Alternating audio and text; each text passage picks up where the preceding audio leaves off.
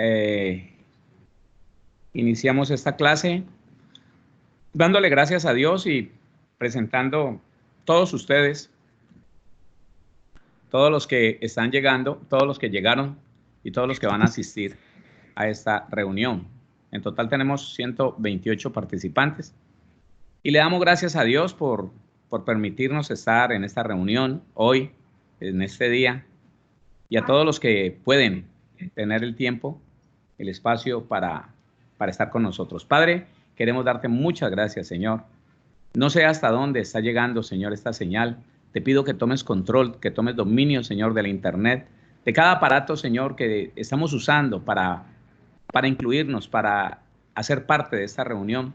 Te pido que bendigas a todos los que están en esta escuela, Señor, los que se conectan ahora, Señor, en vivo y en directo, los que escucharán la clase en otro momento. Bendice sus familias, su economía, su salud. Bendice todas las cosas, Señor, que le has dado y las que le darás.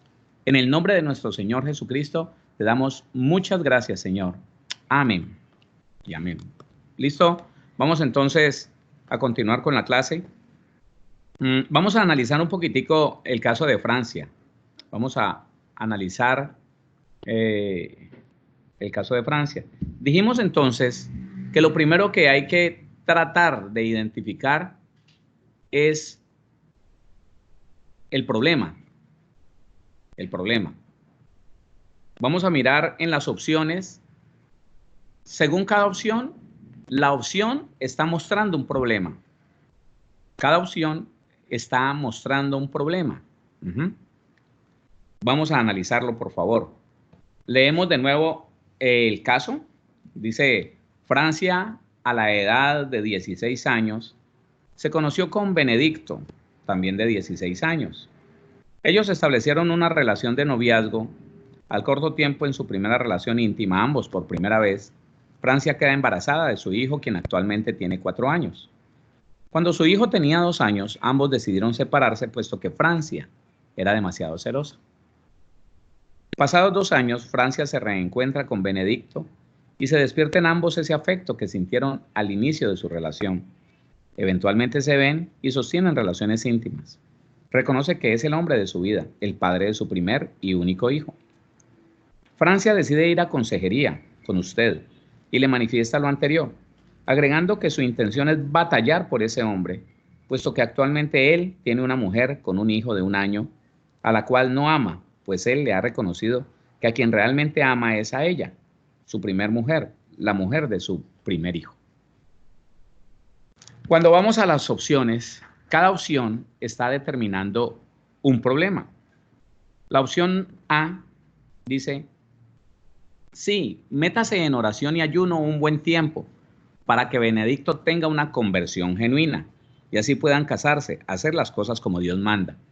En esta opción A se está mostrando que el problema es el estado de no converso en Benedicto. El problema es que Benedicto no es cristiano. De resto todo está bien. De resto ella puede pelear por ese hombre, quitarle el marido a una mujer, quitarle el papá a un hijo. Sí, se puede meter en medio de una familia que está vigente, un pacto vigente. Un pacto que está vigente, sí. Se puede meter en él, no hay problema. Se puede meter en eso. Solamente espere a que Benedicto sea converso. Cuando se convierta, no hay problema, se casa con él. Le quita ese hombre, se lo quita a esa mujer y entonces no hay problema, después de que se ha convertido. Pues resulta que ese no es el problema. El problema no es que Benedicto sea inconverso. No, ese no es. Bueno. En la opción B dice, ore y haga guerra espiritual por ese hombre. Además, es el padre de su hijo. Su hijo necesita de él. En este punto, el problema es que hay algo espiritual deteniendo el propósito de Francia. Ore y haga guerra espiritual. Peléelo en el mundo espiritual. Su hijo necesita de su padre. Es el padre de su hijo. Pelee por la bendición. Arrebátelo. Arrebátelo. Allí entonces el problema sería que hay algo.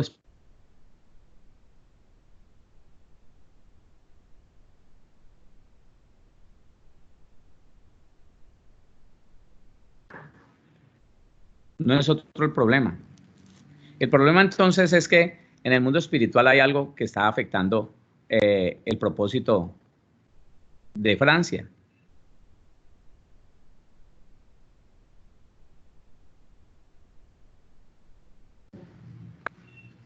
De tal manera que esa opción B se equivoca en cuanto al problema. No hay un problema.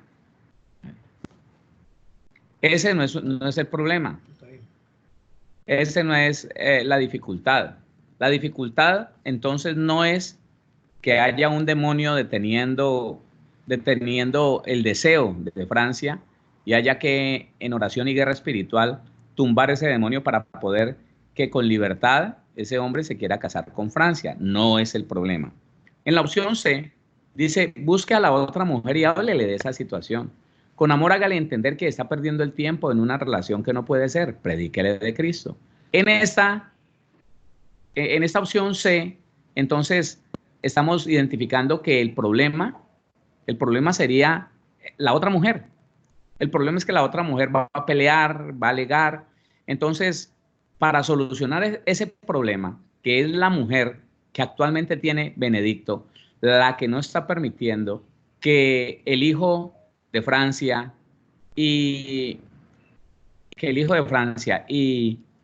que Francia obtengan ese hombre, entonces ella es el problema, vaya, búsquela, háblele de esa situación con amor, hágale entender que está perdiendo el tiempo en una relación que no puede ser, predíquele de Cristo. Qué espiritual esto. Tampoco es el problema, ese no es el problema. En la opción D, permanezca en contacto con Benedicto, trate de permanecer en una relación familiar con su hijo, evite estar a solas con él y menos sostener relaciones íntimas hasta que no se casen. En este caso, el problema es que todavía no se han casado para tener una relación con libertad. Tampoco es el problema. Los que dijeron ninguna de las anteriores tienen la opción de haber encontrado el verdadero problema. Las personas que dijeron ninguna de las anteriores, entonces, puede ser que hayan identificado que el problema de Francia es la fornicación, el pecado sexual. Ella está en fornicación. Y entonces, si está en fornicación, la situación es lo que dice la Biblia. El que confiesa su pecado y se aparta alcanzará misericordia. Cuando yo identifico que el problema de alguien, de una persona, es el pecado sexual, entonces tengo que ir a la palabra, tengo que ir a decirle primera carta a los Corintios, eso todo tiene que ser con palabra. Primera carta del apóstol Pablo a los Corintios, capítulo número 6.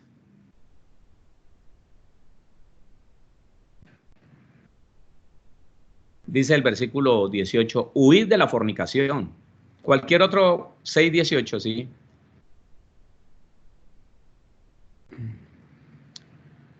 Pero el que se une al Señor en un espíritu es con él. Huid de la fornicación. Cualquier otro pecado que el hombre cometa está fuera del cuerpo.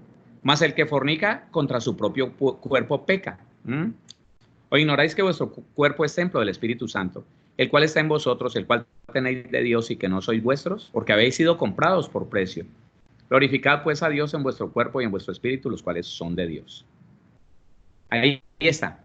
Entonces, cuando nosotros entendemos cuál es el problema, no vamos a andar con estos pañitos de agua tibia, como hablábamos en la clase anterior, ¿no? Se le dice sencillamente, se le dice que está en pecado.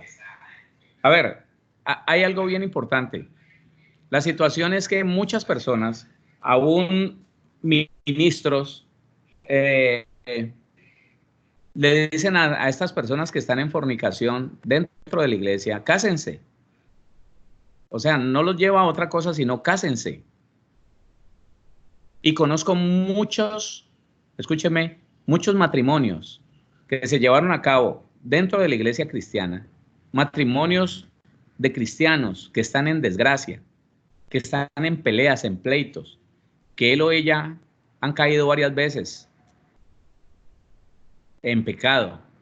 Y cuando uno va a revisar su estado, cuando uno les pregunta en qué estado se casaron, resulta que no les dijeron a ellos, el que encubre sus pecados no prosperará, Proverbios 28:13. No, no le dijeron eso. Pareciera como que la Biblia hubiera cambiado y a estos muchachos les dijeron, cásense, como si la Biblia dijera, más el que fornica y se casa alcanzará misericordia. La Biblia no dice así. La Biblia no dice así. La Biblia no dice, el que fornica y se casa alcanza misericordia. No dice así. La Biblia dice, el que encubre su pecado no prosperará, mas el que los confiesa y se aparta los confiesa. Aquellos que se arrodillan delante del Señor y le dicen, Señor, aunque nadie se dio cuenta, nosotros nos casamos sin haber confesado el pecado de fornicación. Nosotros, eh, nosotros fornicamos pensando que teníamos derecho por el hecho de que nos íbamos a casar y resulta que ese pecado no confesado está trayendo consecuencia a nuestro matrimonio. Entonces, mire lo delicado que es no poder identificar claramente cuál es el problema. El problema no era ni la mujer de Benedicto, ni la inconversidad, la falta de conversión de Benedicto. No, no. El pecado, ella está en Francia, estás en fornicación. Y la Biblia dice que tienes que huir de la fornicación, que te tienes que apartar de la fornicación. Punto. Eso es todo. Eso es. Entonces, ya nos queda esto como bien explicadito.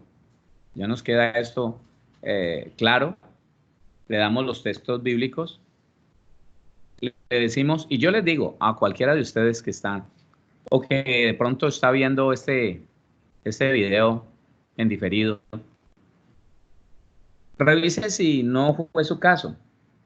Mire, observe, identifique si de pronto usted que se casó en la iglesia cristiana, que se casó en la notaría y luego el pastor los casó, si de pronto no habían fornicado antes, si de pronto no habían fornicado eh, antes de casarse, y llegados al evangelio, perdón, y llegados al matrimonio, nunca confesaron esto, se casaron sellando así un pecado de fornicación y tal vez ahora les está yendo mal, porque no pudieron identificar cuál era el problema con que se estaban casando. No, pensaron que, estamos en fornicación, la solución es casarnos, sí. La Biblia dice, el que fornica y se casa alcanza misericordia. No, la Biblia no dice así. La Biblia dice que el que confiesa sus pecados y se aparta alcanzará misericordia. Bueno, entonces espero que haya quedado muy claro eso. Vamos a continuar entonces en la página número 9. La página número 9. Denme un momento, por favor.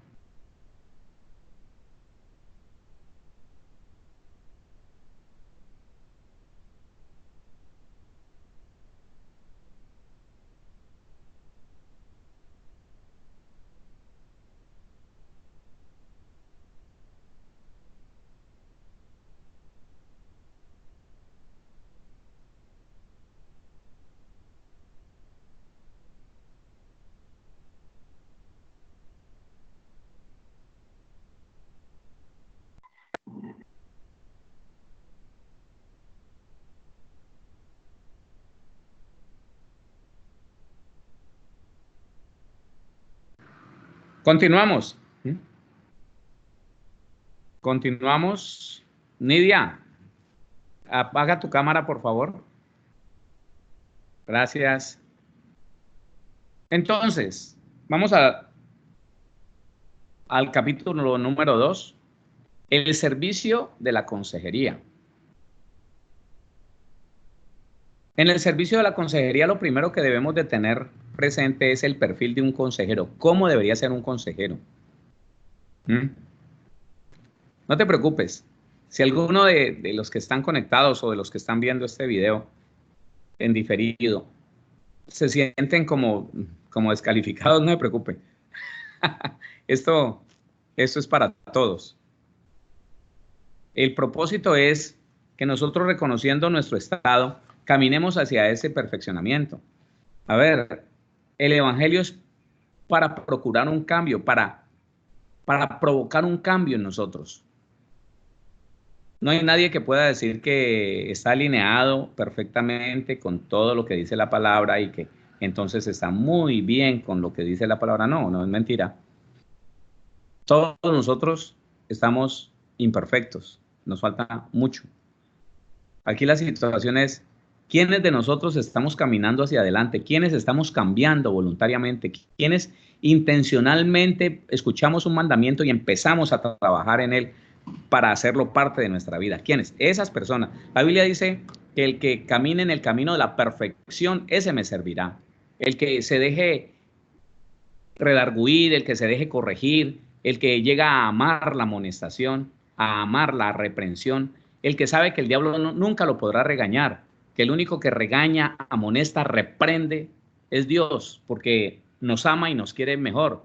El diablo lo único que te dice es nunca cambies y te felicita por ser como eres, tal vez lleno de amargura, llena de reclamos y de odios. No. El diablo nunca te va a pedir que cambies, el diablo nunca te va a reprender, te va a regañar. Siempre, todo el que venga, todo el que te regañe, todo el que te reprenda, todo el que te critique viene de parte de Dios. Porque todas estas cosas, la reprensión, la crítica, la amonestación, tienen un propósito y es que seas mejor. A nosotros no nos gustaba la reprensión, no nos gustaba la amonestación, el regaño, pero porque no habíamos entendido que es la manera que Dios tiene para perfeccionar su obra dentro de nosotros. Dice Salmo 101:6, mis ojos pondré en los fieles de la tierra para que estén conmigo. El que ande en el camino de la perfección, este me servirá. Así que vamos a mirar el perfil del consejero. El perfil de un consejero lo tomamos de Éxodo capítulo número 18, versículo 21. Éxodo capítulo 18.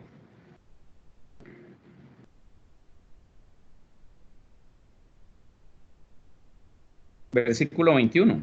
Dice la palabra: además escoge tú de entre todo el pueblo varones de virtud, temerosos de Dios, varones de verdad, que aborrezcan la avaricia, y ponlos sobre el pueblo por jefes de millares, de centenas, de 50 y de 10. Ahora, la situación está en que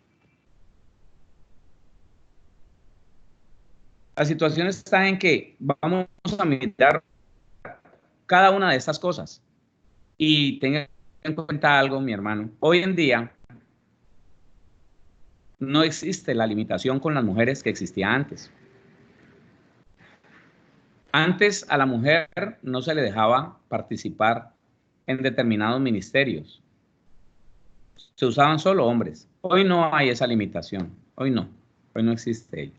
Entonces, cuando decimos, además, escoge tú de entre todo el pueblo varones y mujeres de virtud, claro, los podemos admitir. Porque en Cristo Jesús ya no hay varón ni mujer, ya no hay esclavo ni libre, ya no hay griego o extranjero, ¿no? Todos somos uno en Cristo Jesús. Espero que eso lo tenga muy claro. Listo, entonces vamos a analizar una por una estas cosas. Además, escoge tú de entre todo el pueblo varones de virtud. La palabra virtud significa un don de parte de Dios. La virtud solamente viene de Dios.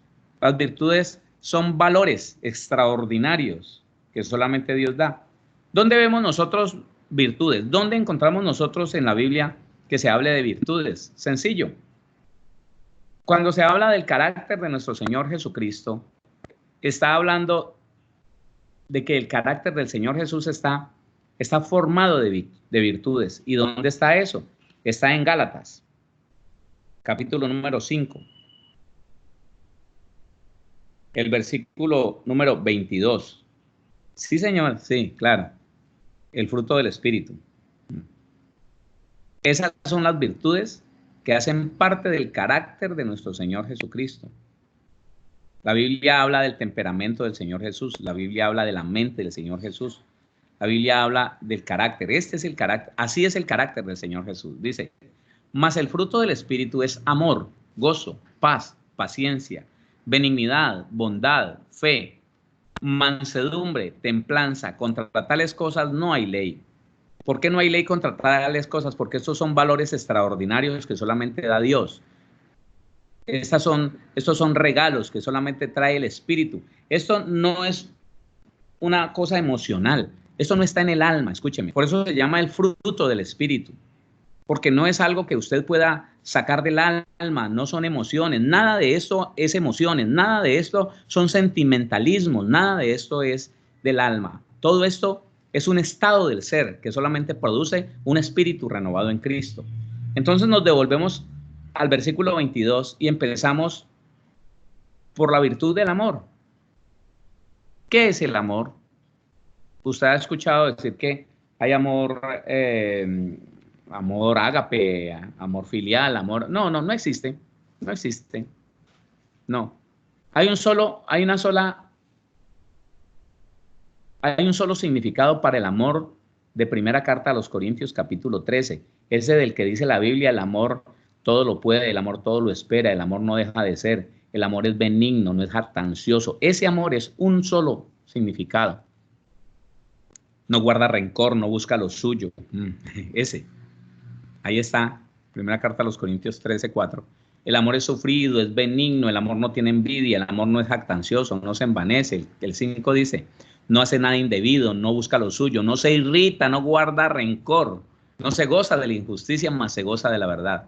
Ese amor todo lo sufre, todo lo cree, todo lo espera, todo lo soporta. Como el amor de nosotros los esposos, ¿no? Igualito. No, para nada. Nosotros como esposos, como padres e hijos nos deberíamos amar. Nosotros no nos amamos, ¿no? Tenemos sentimientos diferentes y los sentimientos son del alma, pero el amor es un estado del espíritu.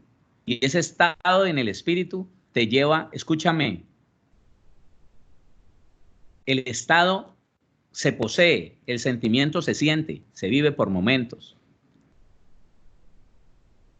El amor es un estado del alma, lo posee, se tiene o no se tiene el amor. Y el amor es la determinación a desear y a hacer el bien. Otra vez, el amor es la firme determinación de una persona a desear primero y luego a hacer el bien a todos. Así es de sencillo. Ese es el amor. Ese es el amor. El amor no se siente, el amor se tiene. Dice primera carta a los Corintios 13, 1. Si yo hablase lenguas humanas y angélicas y no tengo, mire que no dice, y no siento amor. Porque, a ver, la atracción es un sentimiento. El gusto es una emoción. Claro. La pasión es una emoción que se enciende en los amantes. La pasión, el deseo.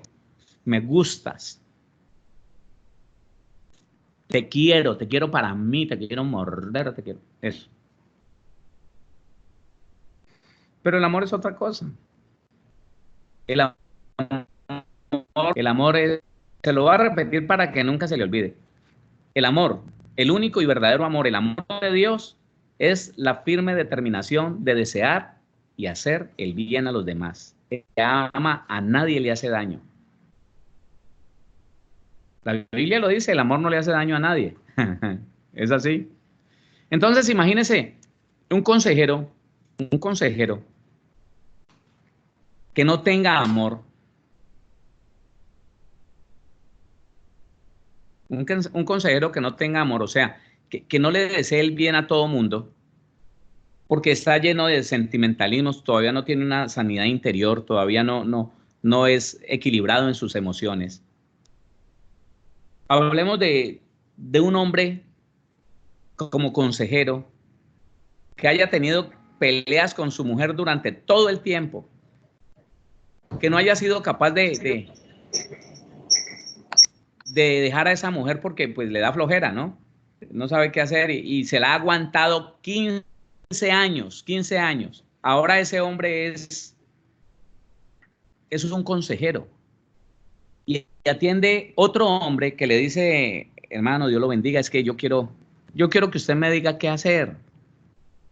Lo que pasa es que, yo no sé qué hacer con una mujer, vea, tengo esa mujer hace 5 años, pero ella es cantaletosa, ella, uy, no, ella me irrita, ella me ofende, ella me insulta, en las noches me saca de la cama, me dice, largue, se vaya a duerma al mueble. Claro, entonces lo que pasa es que la persona como no tiene amor, no lo tiene porque si usted y yo estamos afectados en las emociones, no hemos perdonado, tenemos problemas de reclamos, odios y resentimientos, estamos afectados por el rechazo. ¿Sabe qué?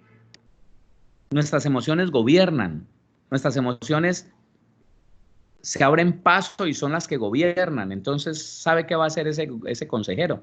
Le va a decir, no se aguante una vieja de esas. Mire, yo me aguantaba una mujer de esas 15 años y yo, mejor dicho, usted al menos tiene 5 años, hermano, no vaya a invertir su vida en una mujer de esas, en una vieja amargada como esa. Dígela rapidito. ¿Y qué hago con los 3 hijos que tengo? ¿Ah? ¿Ah? No, pues, 3 hijos. Pues no. Dios es padre de huérfanos y marido de las viudas. ¿Se va a morir? No, eso no es así.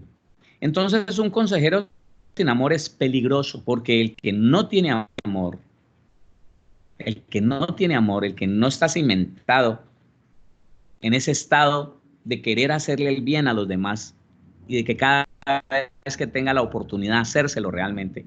Entonces, por hacerle el bien a uno va a afectar a otros. No, usted líbrese de esa mujer y los hijos y el hogar y el mismo tipo ¿qué va a pasar con él cuando se le alborote el deseo de tener compañía? ¿Mm?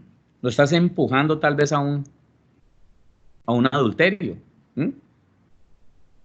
Entonces, el amor es la firme decisión de desear y de hacer el bien. Porque hay personas que desean hacer el bien, pero cuando tienen la oportunidad no lo hacen. No lo hacen.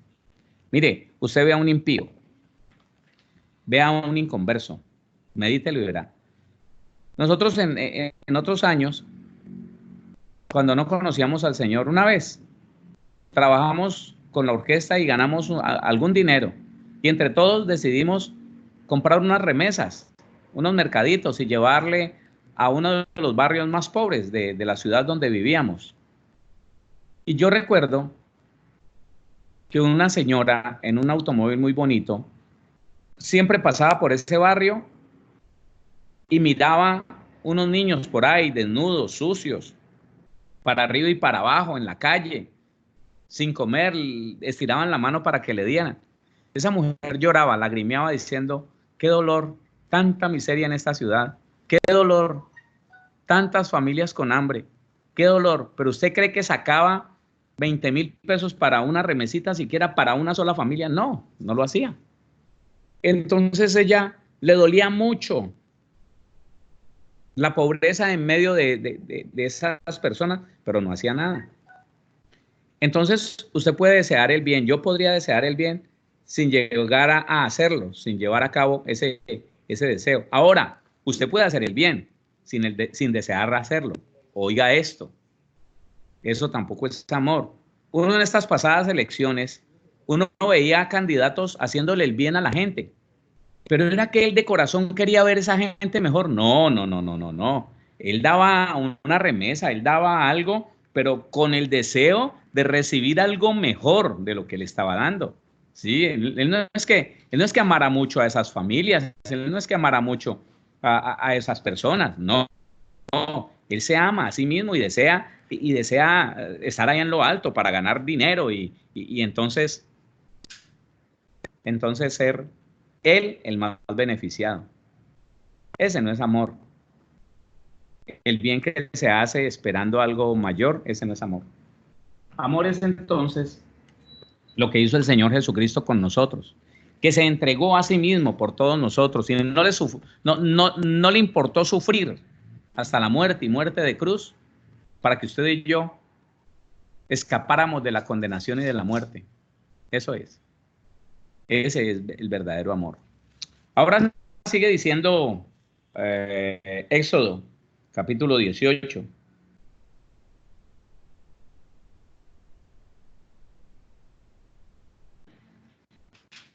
Versículo 21. Sí, 21. Además, escoge tú entre todo el pueblo varones de virtud. Ya sabe cuáles son las virtudes. Sigamos con las virtudes de Gálatas, capítulo 5, versículo 22. Me iba a volver para acá cuando no hemos acabado. Entonces, más el fruto del Espíritu es amor, el gozo. Ya sabe que ese fruto del Espíritu no son sentimientos, no son emociones, es un estado que produce el Espíritu a la persona. Usted y yo ya no somos alma viviente. Ahora, en este tiempo, usted y yo somos espíritu, que tenemos un alma y que vivimos en un cuerpo. Ese espíritu debe de establecer todo su vida. Entonces, ese espíritu recibió gozo. El gozo no es una alegría del alma, porque la alegría del alma viene por cosas externas. La alegría del alma viene por un regalo, porque alguien se fijó en ti, porque tienes platica en el banco, y esa alegría del alma, pues se acaba cuando se acaba la platica. Claro, esa alegría que viene porque el esposo te trató bien y te dijo, princesa, estás hermosa, pero buscando algo más. Cuando ya la consiguió, cuando ya consiguió lo que quería de ti, mujer, entonces haga para allá, así que molesta, está caliente, no me fastidie, uy, me sofoca. Entonces ahí se acabó la alegría. El gozo es un estado del ser que producido por el espíritu. Es el regocijo que usted no sabe por qué, aún en medio de problemas, en medio de dificultades, es el regocijo de saber que eres un hijo de Dios, de saber que eres más que vencedor ante todas las situaciones que se te presenten. Algo va a pasar bueno, porque sabe que a los que amamos a Dios todas las cosas nos ayudan para bien. Entonces ese gozo es el estado que el Espíritu produce en el ser completo y es un estado de satisfacción, es un estado de alegría, pero no es el sentimiento del alma, la alegría del alma. La paz es la tranquilidad, la paz es el sosiego, el equilibrio que produce el espíritu a todo el ser, aún al alma, porque sabemos que de nuestra parte está el Todopoderoso. Que no importa, no, la paz no es ausencia de guerra, no. La paz es estar tranquilo aún en medio de la guerra, porque sabemos que ese poderoso gigante pelea de nuestro lado, está con nosotros. Entonces, sí, hay guerra, pero sabemos quién es el que nos acompaña. Hay paz. No es, no es la falsa tranquilidad del alma cuando no hay problemas. No. Eso es otra. Pero es un estado que produce el espíritu a todo el ser. La ciencia de permanecer en paz, la paciencia.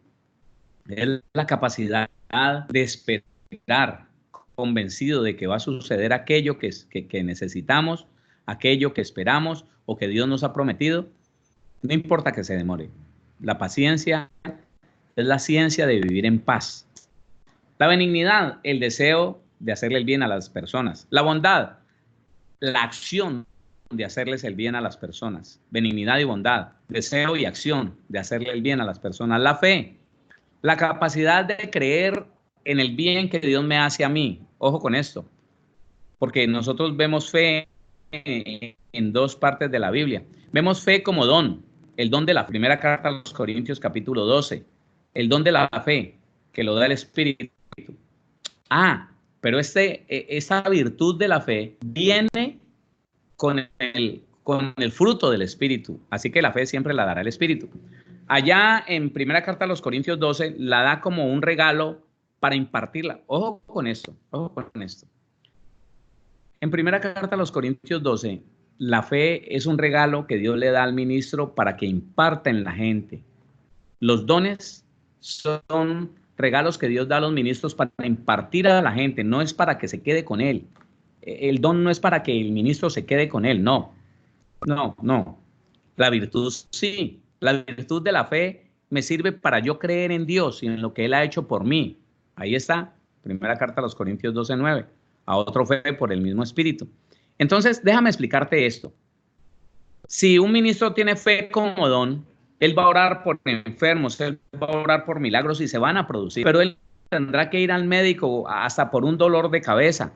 Él mismo tendrá que ir a la pastilla, él mismo tendrá que ir al banco para pedir prestado, porque la fe que recibió como don es para impartirla a los demás, para producir fe en ellos, para que ellos reciban cosas del Señor.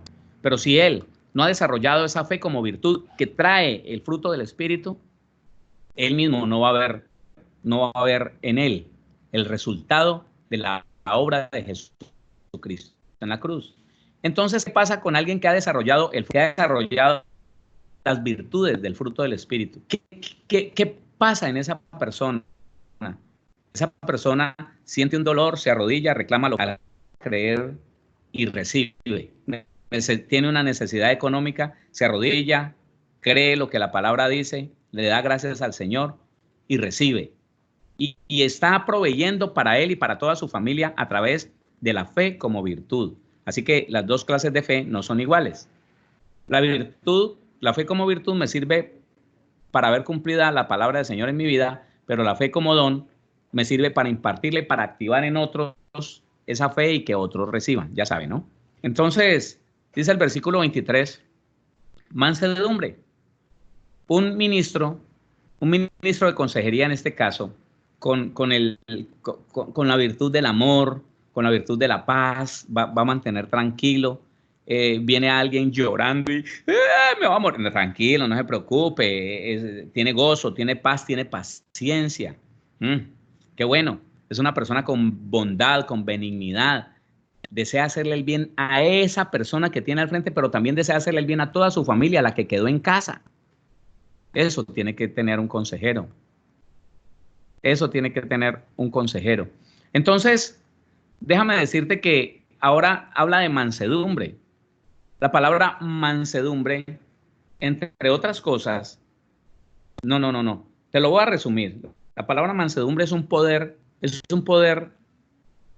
controlado y determinado solo para hacer el bien a otros. Así es. A ver, te lo voy a poner como un ejemplo.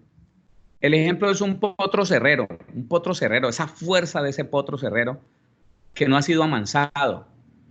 El que se le arrime va a recibir una cos impresionante, una patada. Si lo agarra esa patada por las costillas, se las parte, no hay problema. Si le coge la cabeza, se la fractura. Si esa patada le alcanza un brazo, se lo fractura, no hay problema. Pero ese potro, después de haber sido amansado, educado, él sigue teniendo la misma fuerza, él sigue teniendo los mismos bríos, pero ahora está controlado. Y solamente su jinete tiene que ir. Nosotros debemos de ser así. A ver, entendamos una cosa. Todos nosotros tenemos un poder que Dios nos ha dado.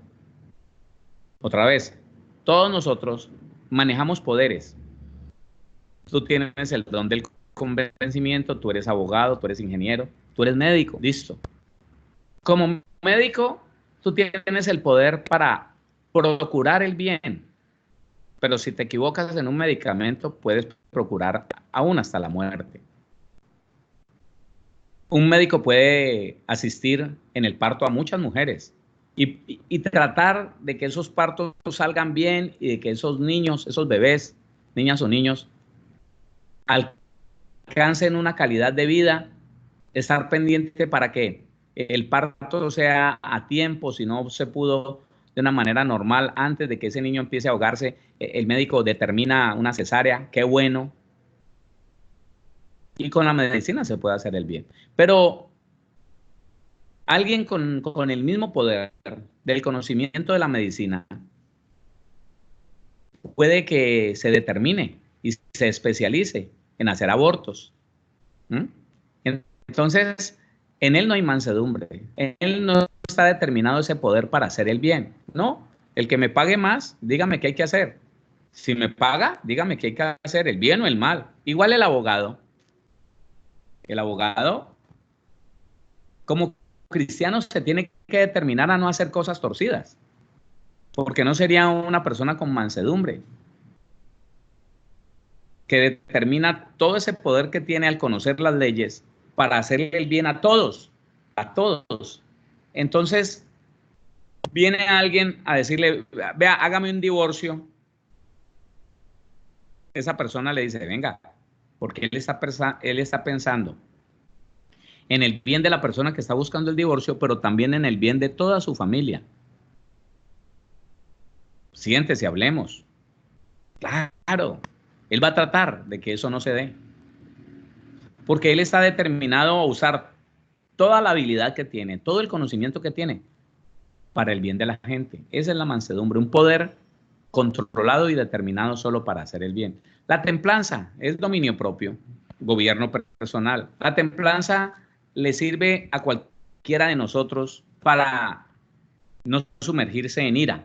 La templanza, dominio propio. Recién llegué a la vida cristiana, yo veía al pastor que se enojaba y yo le preguntaba a mi hermanito, el que estaba a mi lado, el que me había predicado, le decía, ¿y él por qué se ponía así? No, no, está en planza, hermano, está en planza. Se le brotaba una vena por acá y se le brotaba otra por aquí y se ponía rojo. Y gritaba y decía, se pueden largar. Y yo preguntaba, ¿qué le pasó? No, no, no, está en planza, está en planza. Se tenía un concepto diferente de lo que es la templanza. Al contrario, la templanza, que es dominio propio, me sirve para no caer en un estado de ira, me sirve para no caer en un estado de depresión. Yo controlo mis emociones a través de mi espíritu renovado en Cristo.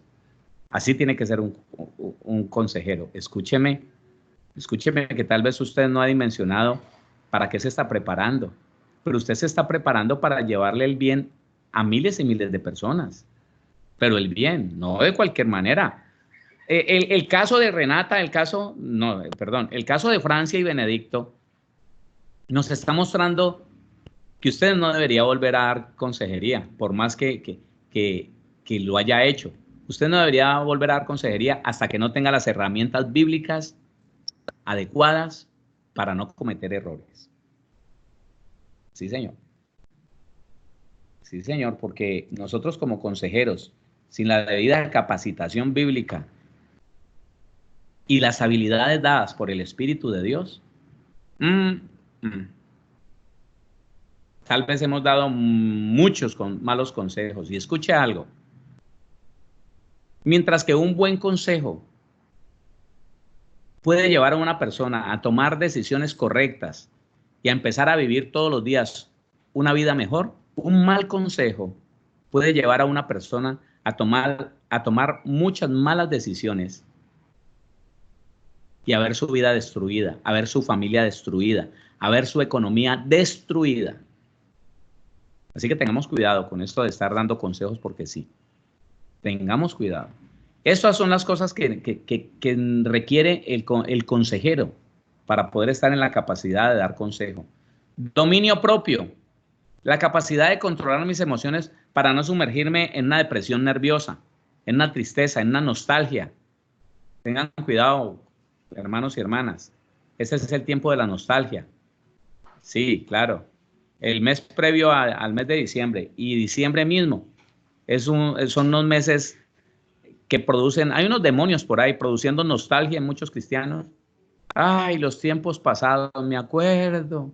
me acuerdo. No, el dominio propio es para eso, para no verme sometido por mis emociones y por algún demonio por ahí que me quiera poner dardos en la mente, pensamientos de tristeza. Eso es el dominio, para no dejarme someter a tristeza, a euforias. En una euforia un cristiano se emociona demasiado y que porque hay una promoción extraordinaria se mete en una deuda que no necesitaba, compra un aparato que no estaba necesitando, que porque estaba muy barato, y al final, en 2 meses, se da cuenta que tomó una mala decisión y que tiene una deuda que no es capaz de pagar. Así que, mire, a ver, ponga atención a eso.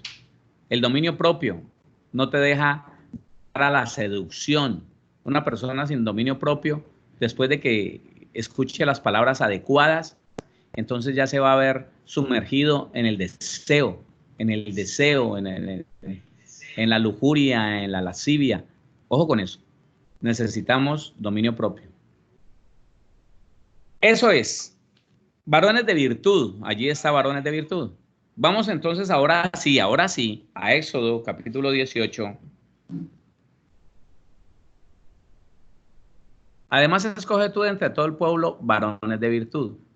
Temerosos de Dios. Es lo próximo que vamos a mirar. Cuando la Biblia dice que el consejero debe ser un hombre, una mujer temerosa de Dios, ¿qué está diciendo? Le voy a decir qué está diciendo la palabra. Una persona temerosa de Dios es una persona que no hace nada malo ni solo ni acompañado. Sí. Una persona que teme a Dios, que no lo quiere ver enojado, que no lo quiere ver vuelto en contra de nosotros, es una persona que no hace lo malo ni solo ni acompañado, le repito. Ah, bueno, usted dirá, de pronto usted dice, pastor, pero es que el temor es como un respeto, ¿no, señor? Es miedo. El temor de Dios es miedo a tener ese Dios tan poderoso, tan omnipotente, tan grande, tan maravilloso, que ahora está de nuestro lado por la obra de Jesucristo en la cruz del Calvario. Es ver ese mismo Dios en contra tuya y mía, enojado porque somos desobedientes, enojados porque hacemos lo que se nos da la regalada gana. Es así. Miedo. Dice Isaías 66:2, mi mano hizo todas estas cosas, y así todas estas cosas fueron, dice Jehová. Pero miraré a aquel que es pobre y humilde de espíritu y que tiembla mi palabra. Ay, qué bonito. Qué bonito es darnos cuenta que el Señor siempre está buscando hombres y mujeres que crean que Él es un Dios poderoso con el que no se puede jugar. Entonces le voy a poner algunos ejemplos. No es temeroso de Dios aquel cristiano que anda en su vehículo, llámese motocicleta, llámese automóvil, con algunos papeles vencidos, la tecnomecánica vencida, el seguro obligatorio vencido, tal vez la licencia de conducción vencida. No es temeroso de Dios. No es temeroso de Dios que, diciéndose cristiano, firma un papel alterado, acepta declarar algo que no es cierto, solo por ahorrarse unos pesitos, solo por ahorrarse un dinerito, que va a vender una casa y la va a vender en 150 millones, y entonces van y declaran a la notaría que la están vendiendo para ahorrarse parte de lo que es la retención en la fuente.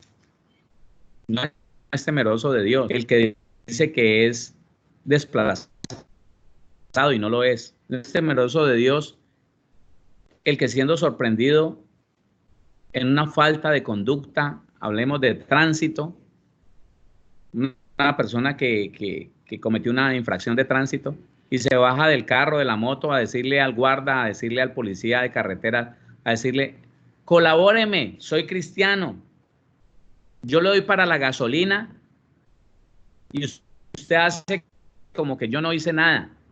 No es temeroso de Dios.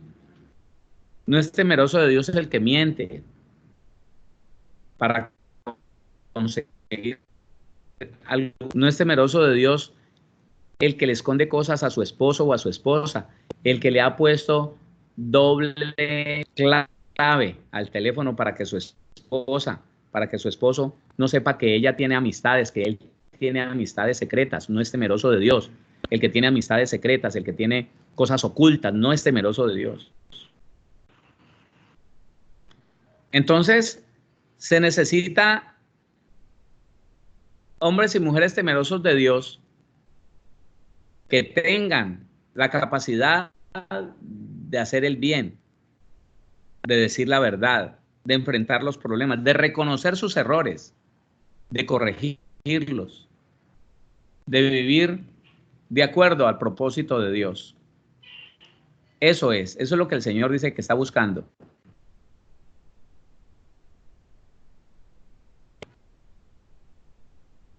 Así que temeroso de Dios es la persona que no hace lo malo, ni estando solo, ni estando acompañado.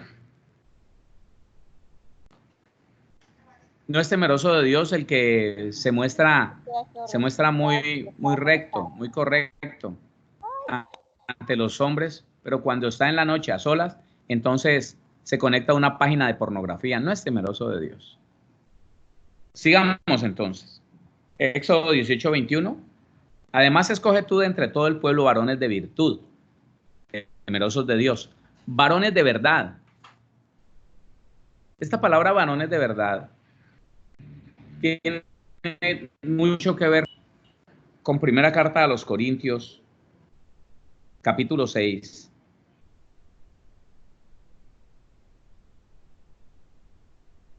Primera carta del apóstol Pablo a los Corintios, capítulo número 6.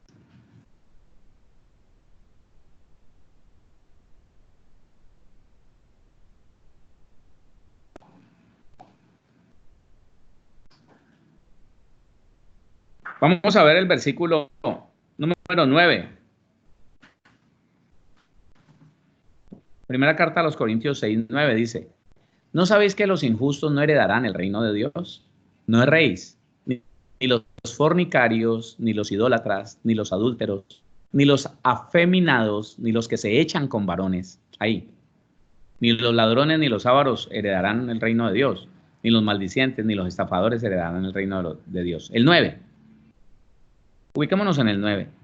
La Biblia habla de dos clases de personas: el afeminado y el que se echa con varones. El que se echa con varones es un homosexual, pero el afeminado es aquella persona que se parece en mucho a una mujer. Es el hombre que tiene un carácter débil, es el hombre que no es el gobernador de su casa, no es el sacerdote de su casa, no es el proveedor de su casa, no es el que protege a sus hijos y a su familia. Es ese hombre débil de carácter que le dejó la responsabilidad a su mujer, que sencillamente dice no tengo, y con eso es suficiente para evadir el compromiso de proveer a su casa. No hay trabajo. Es esa persona insegura, temerosa, que se deja gobernar de su mujer, que se convierte en un hijo más de esa mujer, o como consecuencia del rechazo, porque eso es una de las consecuencias del rechazo en los varones, o por lo que sea. La Biblia dice que un consejero, un ministro, cualquiera que sea el ministro, pero en este caso el consejero, debe ser un varón de verdad, un hombre que vea por su casa, un hombre que sepa tener a sus hijos en sujeción, un hombre que sepa gobernar con mansedumbre, con amor, con firmeza.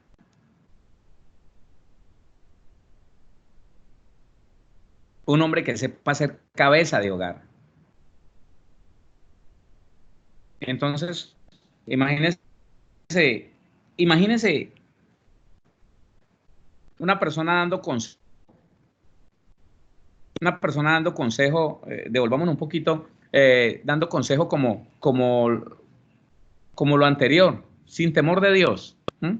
Entonces viene alguien y dice, venga, es que tengo un problema, ¿cómo le parece que es que mi mujer me dice que la llevan de la mamá y pues yo me le niego y ella está brava conmigo porque no la llevan de la mamá y lo que pasa es que pues yo tengo la moto pero se me venció el seguro obligatorio. Una persona sin temor de Dios aconsejando, ese consejero ¿sabe qué le va a decir? Le va a decir, no, tranquilo hermano, eso órele al Señor para que lo haga invisible y vaya, lleve a su esposita linda, que Dios lo va a volver invisible a todos los policías que haya por ahí para que nadie lo pare. Sí, claro, como Dios es alcahueta de los pícaros, sí, Él es el alcahuete de los ilícitos, claro, entonces Él va a volver invisible al que va violando las leyes que Él mismo puso. ¡Ja! A veces uno, a veces uno se pasa como de ignorante, ¿no? No conoce a Dios. Entonces, seguimos adelante. ¿Qué tal en este caso hay que aplicarlo a hombres y a mujeres, ¿no? Ojo con eso. ¿Qué tal un hombre que no sepa ocupar su lugar y entonces viene alguien y le dice, hermano, lo que pasa es que mi mujer me quiere manipular, mi mujer, si yo no hago lo que ella me pide, se enoja y entonces me tiene durmiendo ahí en la sala, que porque yo no le hago caso, hermano. ¿Qué hacemos? Entonces, él le dice, no, hermano, pues dele gusto, hermano. Ellas mandan, hermano. Déjela que mande, sí, no hay problema, hermano. Evítese problemas, hermanito, evítese problemas, porque no es un varón de verdad. Y la mujer, si no es una mujer puesta en su lugar, viene una mujer y le dice, estoy aburrido con ese hombre, me dice que no lo grite y no, mijita, no se la deje montar, eso tenemos que empoderarnos. Claro, porque no es una mujer puesta en el lugar donde Dios dice. Ojo con eso. Entonces dice, varones de verdad, que aborrezcan la avaricia. Y en esto sí es tremendo. En esto es tremendo, ¿sabe por qué? Porque cuando el consejero o cualquier ministro no aborrece la avaricia, usted ya sabe qué pasó. Usted ya sabe qué ha pasado. Personas que se levantan por ahí a comercializar con la iglesia. Yo les contaba algo en el sábado, no sé si en el sábado pasado. Les decía que conocí una situación de un consejero que le dijo a una persona que si él no tuviera que trabajar para ganarse el sustento de su familia, él podría atenderlo, porque lo de él era muy urgente, pero que él no tenía tiempo porque el tiempo que tenía lo tenía que usar sencillamente trabajando. Y me di cuenta cuando la persona vino a mí, me dijo, le he pagado tres meses. Durante 3 meses, semanalmente le doy 2 y 3 diarios. O sea, él decía, yo me gano al día 50,000 pesos y él le daba 50,000 pesos cada vez que iba a consejería. Ahí hay avaricia, man. La Biblia dice que nosotros recibimos de gracia lo que hoy debemos de dar por gracia. El que no aborrece la avaricia, algo se va a inventar para sacarle platica al que está necesitado de un consejo.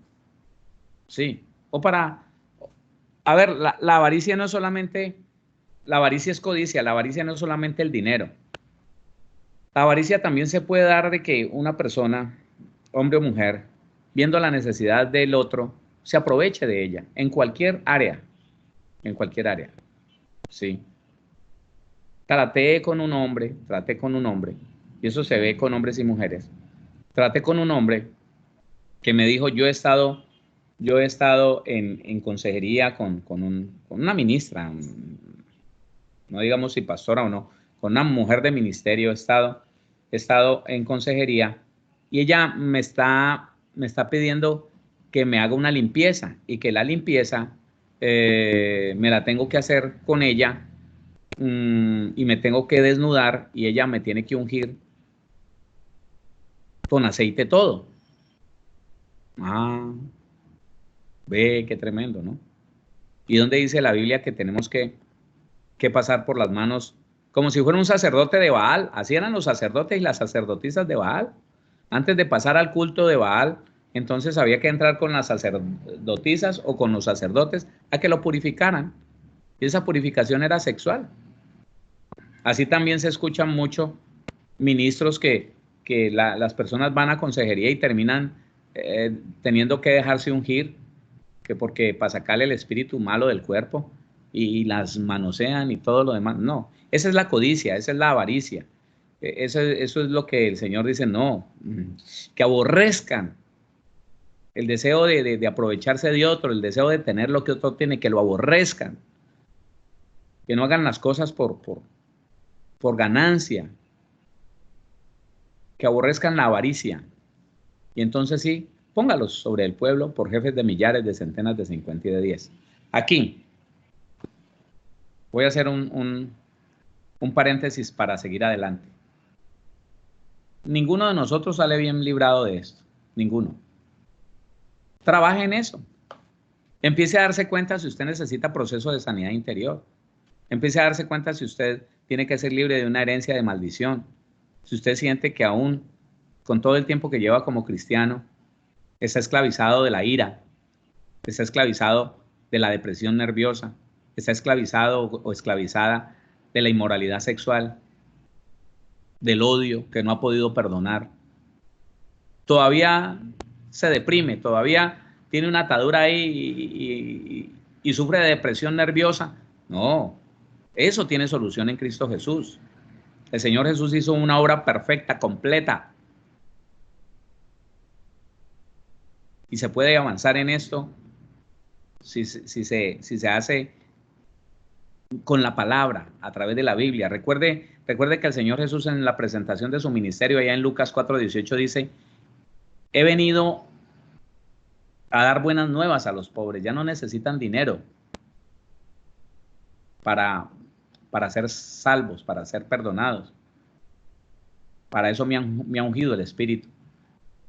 Me ha enviado a sanar a los quebrantados de corazón. Eso es sanidad interior. A pregonar libertad a los cautivos y vista a los ciegos. Eso es liberación. Ese es el ministerio del Señor Jesús. Así que, ojo con esto. Si usted identifica que algo de esto hay como falencia en su vida, vamos a tratarlo. Ahí tiene los teléfonos de la hermana Julie Viviana, ahí tiene mi teléfono y con mucho gusto le vamos a estar ayudando. Deuteronomio 1, versículo número 13. Deuteronomio 1, versículo número 13. Moisés estaba haciendo el recuento de todo lo que pasó. Cuando Jetro le dice: oiga, Moisés, ¿cómo le ocurre a usted solo? Ponga gente, hola. Imparta sobre ellos el espíritu que está en usted. Entonces, dice Deuteronomio 1:12, dice: ¿cómo llevaré yo solo vuestras molestias, vuestras cargas y vuestros pleitos? O sea, ¿cómo hago yo solo para andar arreglándole los conflictos a todos? Entonces el 13 dice: dadme de entre vosotros, de vuestras tribus, ojo, varones o mujeres, en este caso, en la gracia, varones sabios y entendidos y expertos. 3 cosas. La sabiduría es la capacidad de usar bien el conocimiento que tengo, la sabiduría. Dame de entre vosotros, de vuestras tribus, varones que sepan hacer buen uso del conocimiento que tienen. Entendidos. ¿Qué es el entendimiento? Que puedan comprender las cosas como son.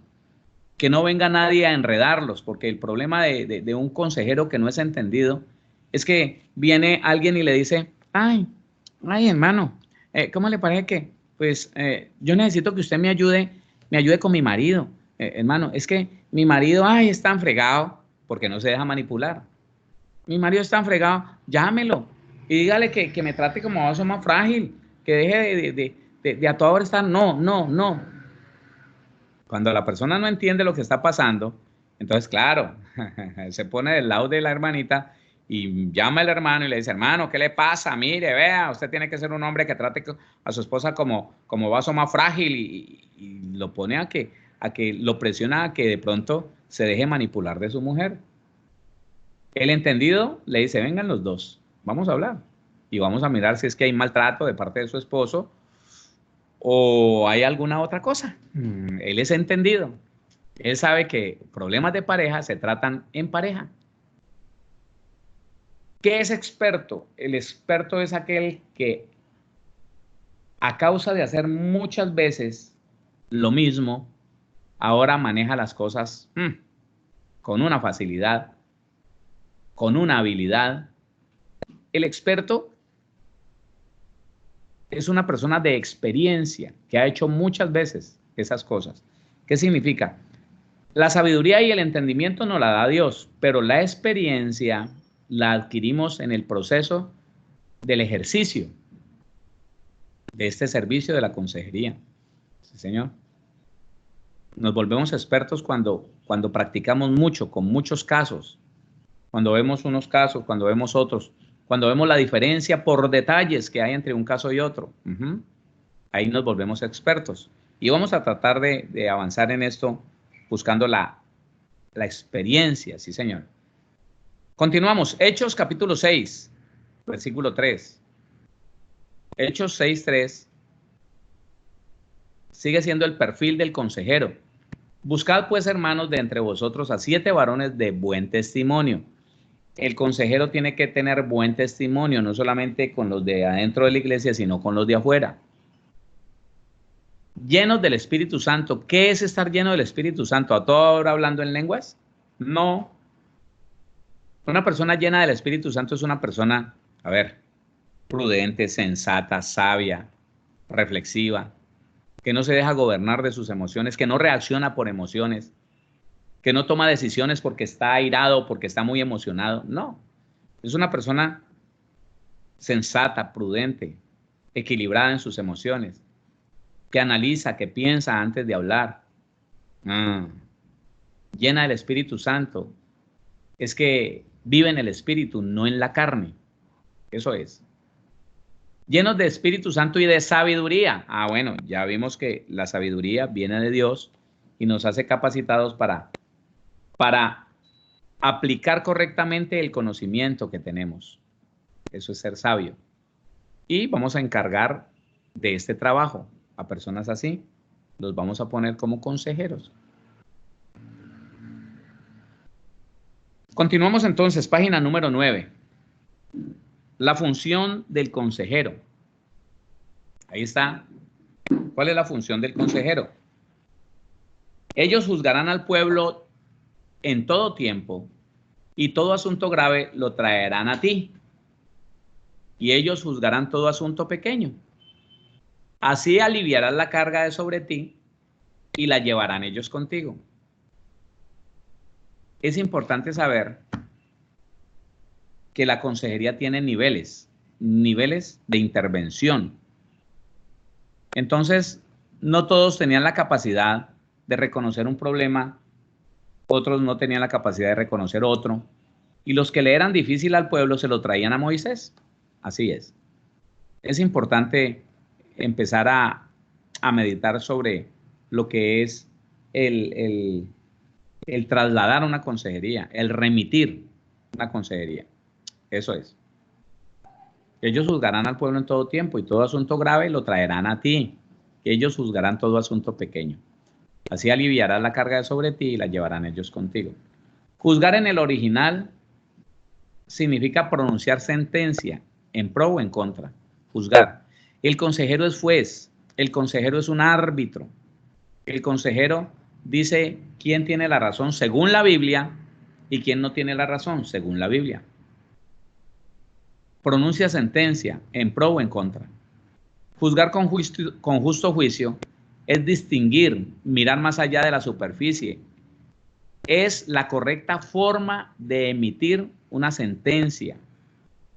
Juan capítulo 7, versículo 24. Juan capítulo 7, el Evangelio, versículo 24.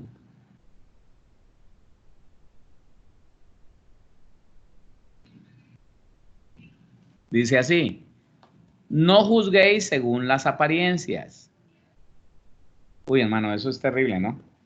A ver, cuando yo recién llegué a la iglesia cristiana, yo recuerdo que nosotros éramos tan espirituales que juzgábamos según las apariencias, claro. No juzguéis según las apariencias, sino juzgad con justo juicio. ¿Qué es lo que pasa? ¿Cuál es el peligro? Creo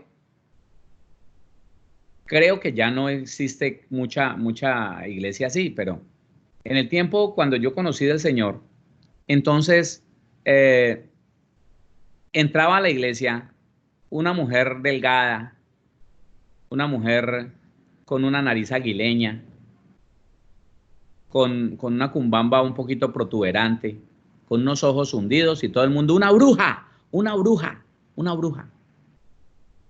Porque era según lo que se veía con estos ojos. Una bruja, una bruja. Una. Entonces veían entrar una pareja. La señora venía con un semblante hosco, con un semblante fruncido, arrugado.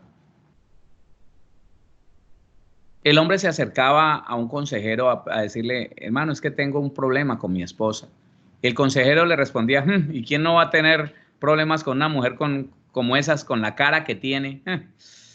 Pero, ¿cómo así? Espérese. Puede que su cara sea de aflicción, puede que no solamente sea de amargura, no, puede ser que sea de aflicción, puede que sea de tristeza.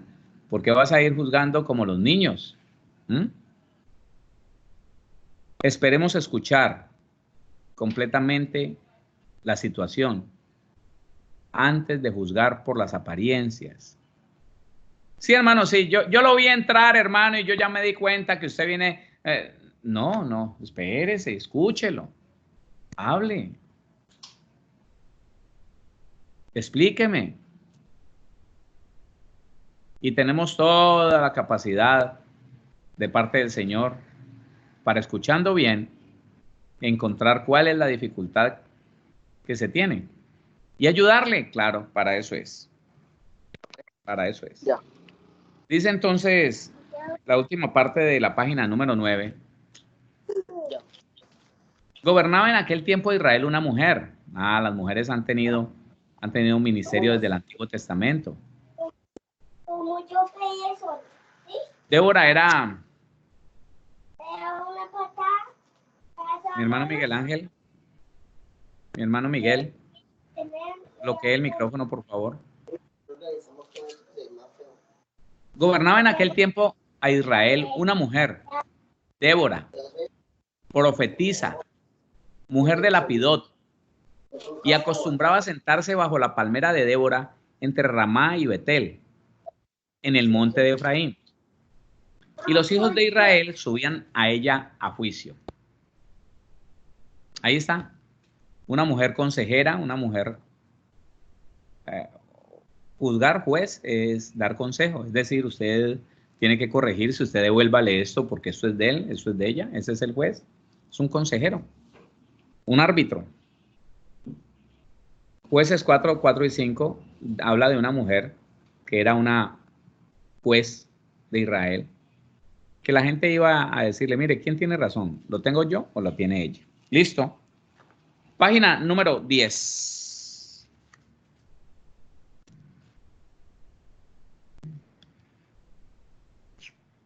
Otra vez volvemos con la presentación del ministerio del Señor Jesucristo. El Señor Jesucristo precisó acerca de su ministerio. El Espíritu del Señor está sobre mí, por cuanto me ha ungido para dar buenas nuevas a los pobres. Me ha enviado a sanar a los quebrantados de corazón, a pregonar libertad a los cautivos y vista a los ciegos, a poner en libertad a los oprimidos. Enteramente capacitado debe ser un ministro de consejería, enteramente capacitado para diferenciar entre las necesidades de los demás y asimismo suplir conforme a dicha necesidad. La esposa necesita algo, vamos a suplirle esa necesidad. El esposo necesita otra cosa diferente, vamos a darle a los dos una solución. Ella puede que esté amargada, pero él es un áspero. A él se le dice la parte que le corresponde, ¿m? Y a ella se le dice la parte que le corresponde. Un consejero debe estar enteramente capacitado para diferenciar entre las necesidades de los demás y asimismo suplir conforme a dicha necesidad. El consejero debe tener claridad de lo que se requiere para el ejercicio adecuado de su ministerio. Escuche, usted tiene que saber qué necesita para ejercer correctamente, adecuadamente, su servicio de consejería. Ministerio es servicio, ministro es servidor.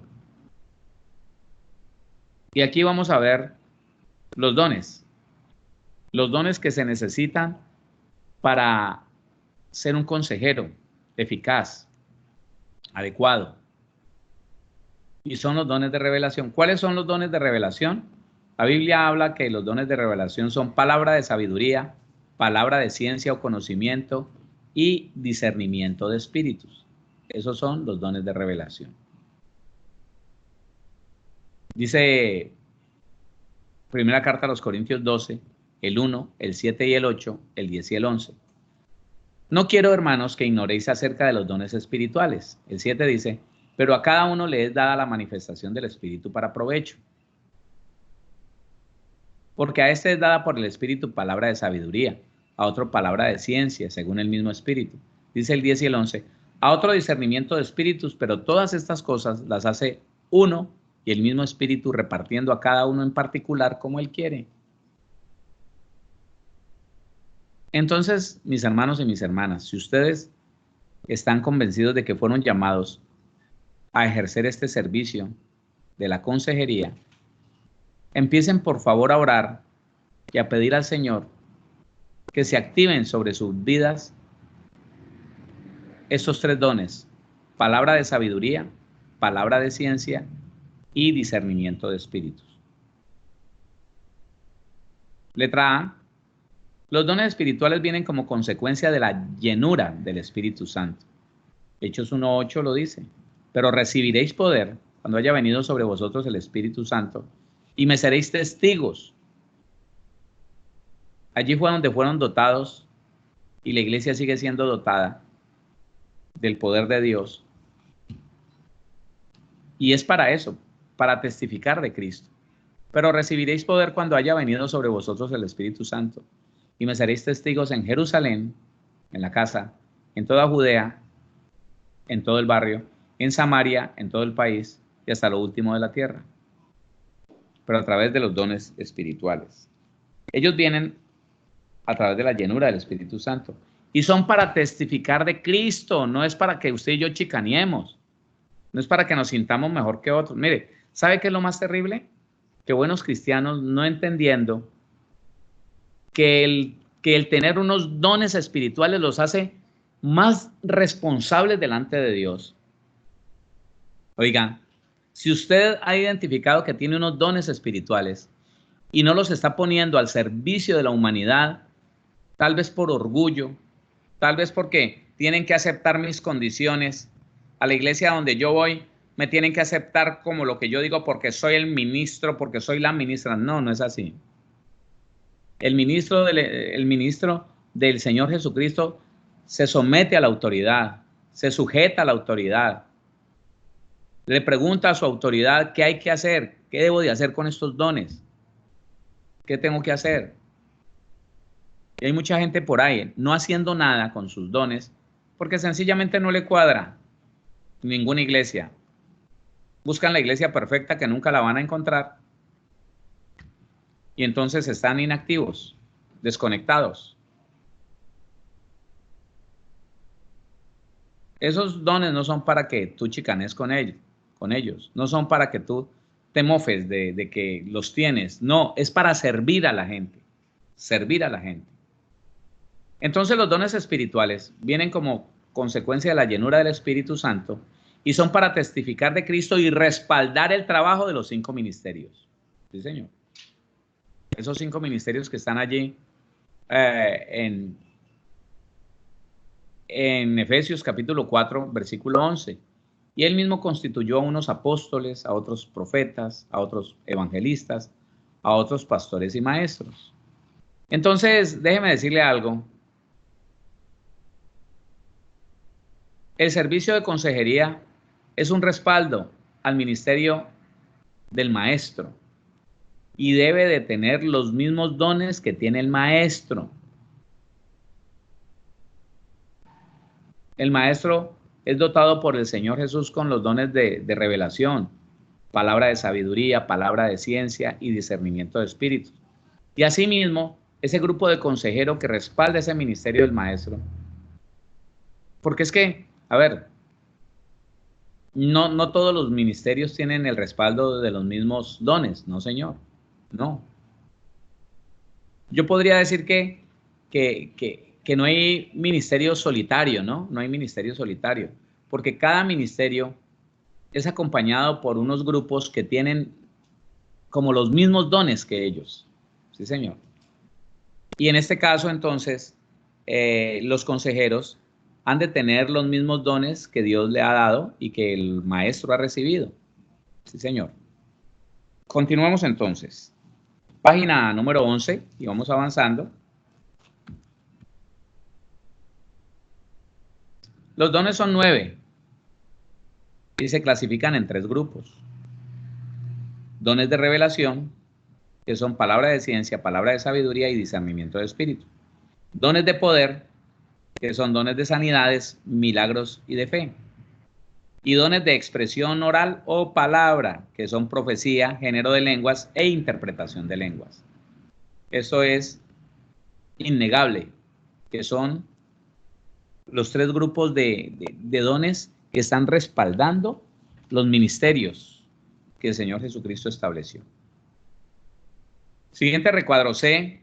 En el ejercicio del ministerio de la consejería se requieren los dones de revelación. Palabra de ciencia, Romanos 11:33. Es hermoso leer sobre la palabra de ciencia.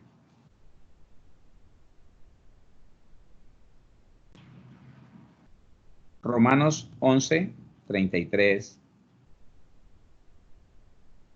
Dice, oh profundidad de las riquezas, de la sabiduría y de la ciencia de Dios. Cuán insondables son sus juicios e inescrutables sus caminos. Mire cómo la Biblia te está diciendo que no se puede pronunciar juicio sin el conocimiento. La ciencia es conocimiento. No se puede establecer juicio sin la capacidad del conocimiento y de la correcta aplicación de ese conocimiento. Juicio, juez, consejero. Oh profundidad de las riquezas de la sabiduría y de la ciencia de Dios.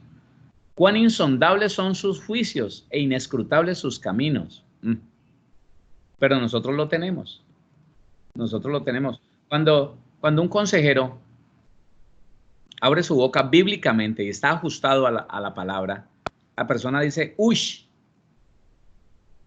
Y yo no lo había, pues sí, tenía como eso allí, pero yo no le veía como ni los pies ni la cabeza, pero ahora entiendo. ¡Ay, gracias! Eso es. La palabra de ciencia significa una revelación o expresión suficiente para el momento. Y esto proviene de Dios. A ver, quiero decirle algo. La palabra de ciencia, el don de palabra de ciencia, no son grandes transferencias de conocimiento, porque ciencia es conocimiento, conocer algo.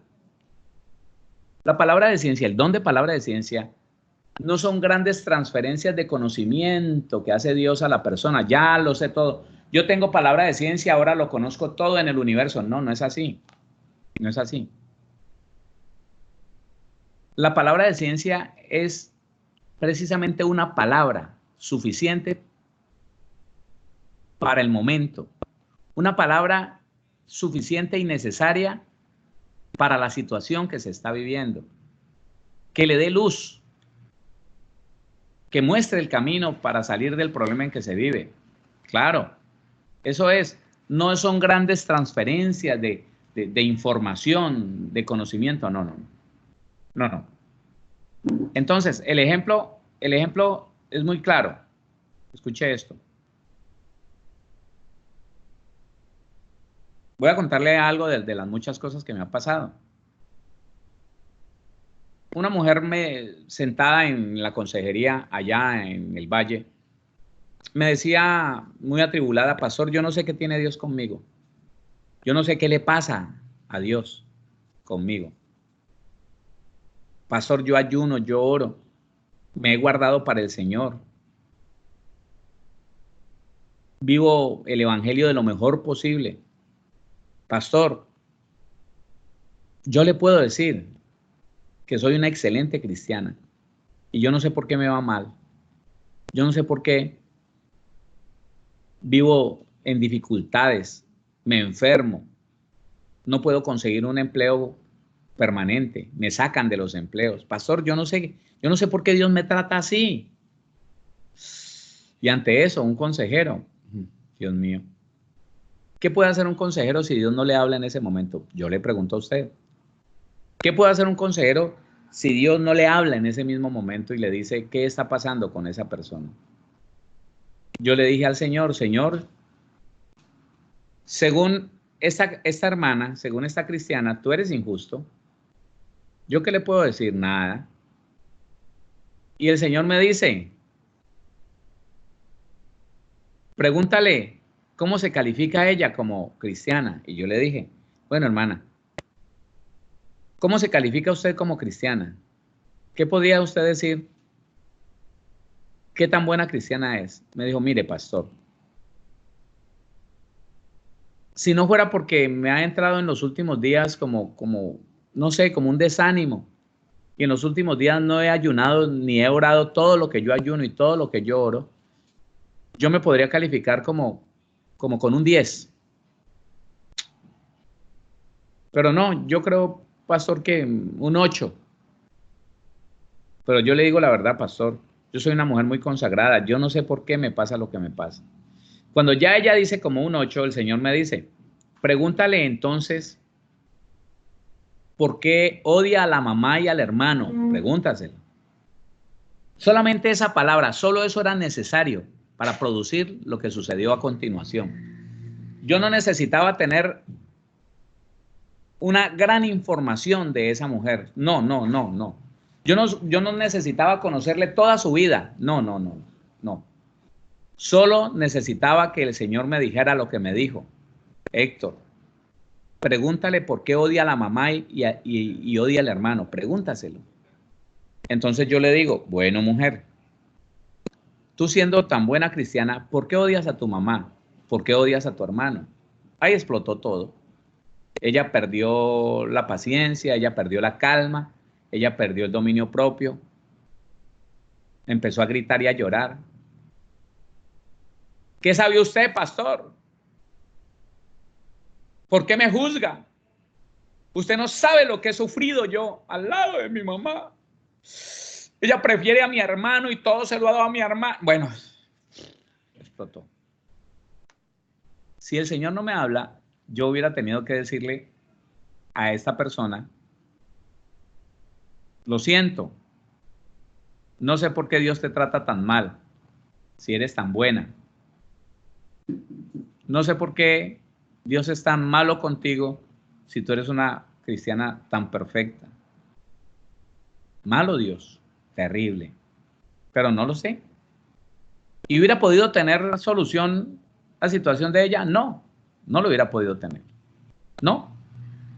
Si hubiera ido con el mismo problema, convencida de que Dios es malo, pero no, gracias a Dios y a la palabra de ciencia, que es algo que el Espíritu de Dios le da al que quiere servir y quiere ser de ayuda, no de juicio. Si usted quiere condenar a la gente, si usted quiere conocer la vida de los demás para murmurar, para criticar, para decirle a otro, no, Dios no le va a dar nada de eso.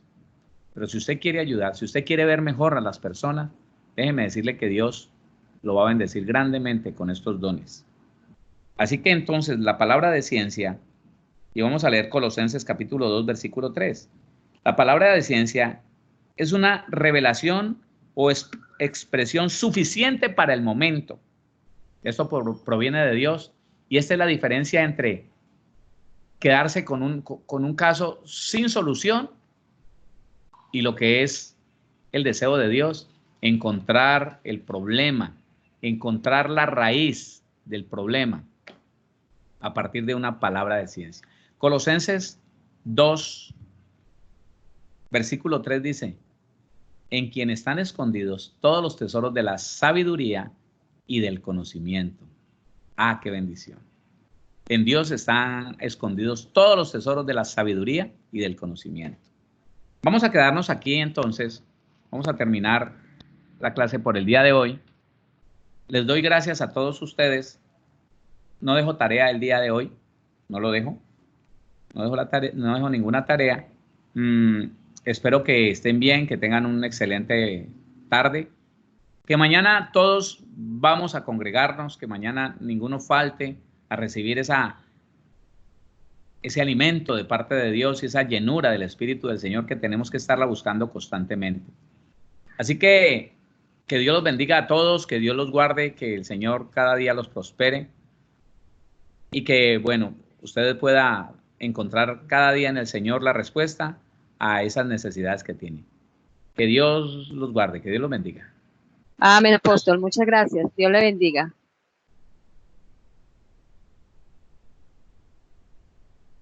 Bendiciones, pastor.